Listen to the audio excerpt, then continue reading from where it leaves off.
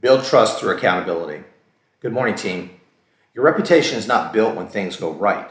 It's built when something goes wrong and you own it.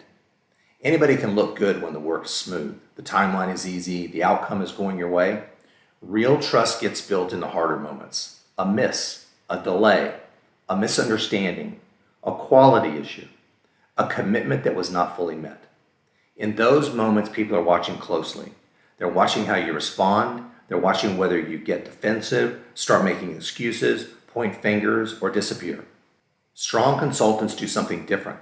They step forward. They own what is theirs to own. They get clear on the issue, they communicate it directly, and they focus on solving it. That's accountability. Accountability is not about beating yourself up. It's not about public shame. It's about maturity. It's about integrity. It's about showing people that you can be counted on, especially when the pressure's on. When you own a miss early, you protect trust. When you hide it, soften it, or delay the conversation, the problem usually gets worse. Clients and leaders do not expect perfection. They do expect honesty, clarity, and responsible action. One of the strongest things that you can say in consulting is this: here's what happened, here's my part in it, here's what I'm doing to fix it, and here's how I will prevent it from happening again. That kind of response builds confidence. It shows that you're serious. It shows that you're steady, and it shows that you're trustworthy.